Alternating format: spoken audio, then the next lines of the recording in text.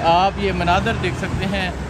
यहाँ कश्मीर हाईवे में पुलिस के दस्ते घूम रहे हैं और जो कारकुनान यहाँ मौजूद होते हैं उन्हें गिरफ़्तार कर लिया जाता है।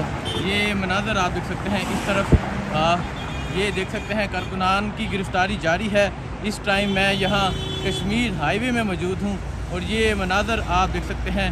कारकुनान जो यहाँ इकट्ठे होते हैं उन्हें गिरफ़्तार कर लिया जाता है। ये मनाज़र आप देख सकते हैं। ये कश्मीर हाईवे के ये मनाज़र हैं, हाई कोर्ट के बाहर के मनाज़र हैं। जो भी कारकुनान यहाँ इकट्ठे होते हैं उन्हें गिरफ़्तार कर लिया जाता है। आप देख सकते हैं गिरफ़्तारियाँ जारी हैं इस टाइम यहाँ कश्मीर हाईवे पर। देख सकते हैं यहाँ गिरफ़्तारियाँ जारी हैं। ये मनाज़र आप देख सकते हैं। ये इस टाइम यहाँ हाई कोर्ट के बाहर के मनाज़र हैं और जो कारकुनान यहाँ इकट्ठे होते हैं उन्हें यहाँ गिरफ़्तार कर लिया जाता है। ये मनाज़र आप देख सकते हैं। एक बड़ी तादाद में यहाँ पुलिस के एहलकार मौजूद हैं।